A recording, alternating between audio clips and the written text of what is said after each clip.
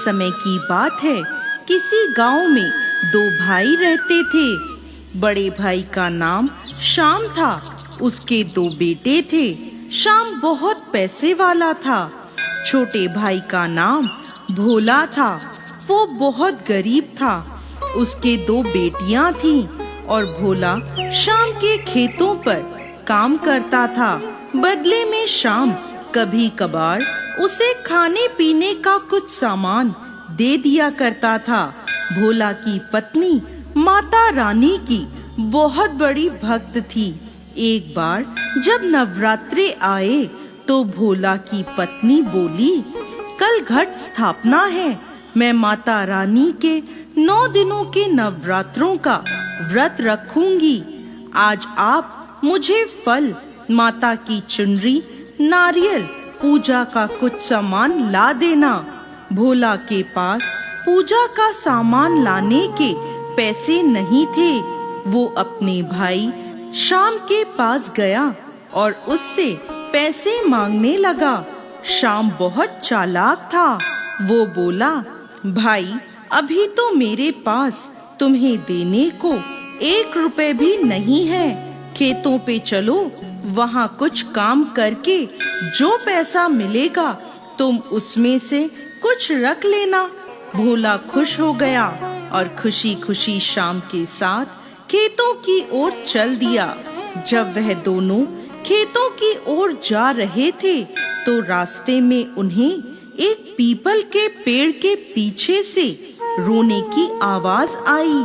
जब उन्होंने जाकर देखा तो पेड़ के पीछे एक छोटी सी बच्ची बैठी रो रही थी। उसे चोट लगी थी और खून बह रहा था। बच्ची को देखकर भोला उसके पास जाने लगा तो श्याम बोला, अरे ये क्या कर रहा है? क्यों अपने सिर पर मुसीबत ले रहा है? ये लड़की न जाने कौन है, कहाँ से आई है? तेरा तो नवरात्रि का व्रत है, क्यों इसके खून को हाथ लगाकर अपवित्र होना चाहता है? ये सुनकर भोला बोला, भैया आपका तो व्रत नहीं है, आप इसे अपने साथ ले जाओ। यह सुनकर श्याम नाराज होकर वहाँ से चला जाता है। भोला उस बच्ची को अपने साथ अपने घर ले आता है। बच्ची को देखकर उसकी पत्नी बोली, ये कौन है? तब भोला ने उसे सारी बात बता दी।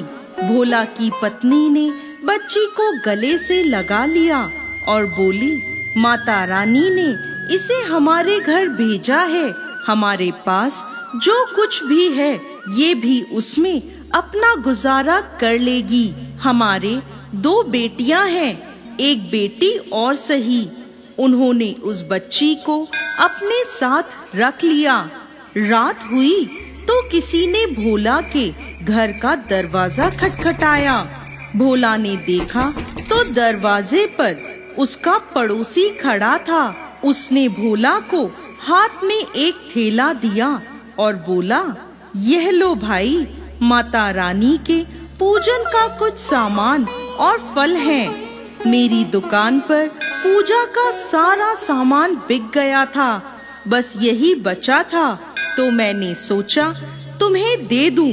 तुम नवरात्रि का व्रत और पूजन करते हो। यह देखकर भोला बहुत खुश हुआ। उसने सामान अपनी पत्नी को दिया। दोनों ने मिलकर नवरात्रि का पूजन संपन्न किया। उसी रात शाम के खेतों में आग लग गई और उसकी सारी फसल जल गई। इस बात से वो बहुत दुखी हुआ। अब उसके पास पैसे भी नहीं रहे। दिन पर दिन उसके हालात खराब होते गए।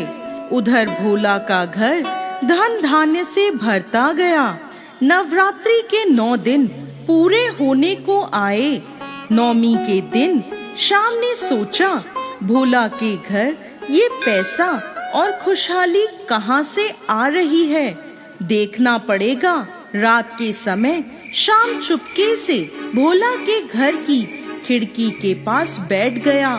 वह देखता है कि रात को वह बच्ची उठकर देवी का स्वरूप ले लेती है और आशीर्वाद के रूप में भोला के पूजा घर में खूब धन दौलत और अन्न धन के भंडार भर देती है और अंतर्ध्यान हो जाती है।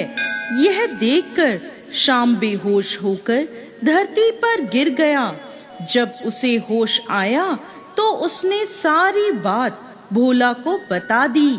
भोला बोला, भैया, वो बच्ची तो माता रानी का स्वरूप थी।